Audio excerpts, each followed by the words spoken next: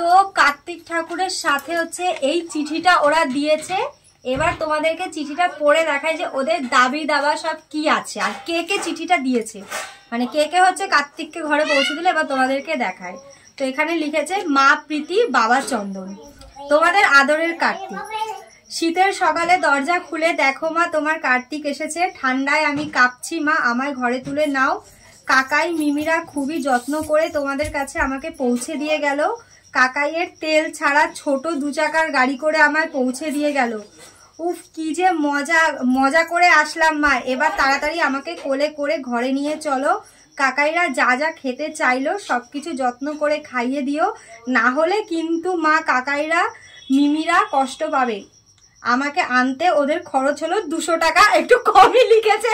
আমাদের বেলা আমরা লিখেছিলাম 1000 টাকা, ওরা 200 টাকা লিখেছে।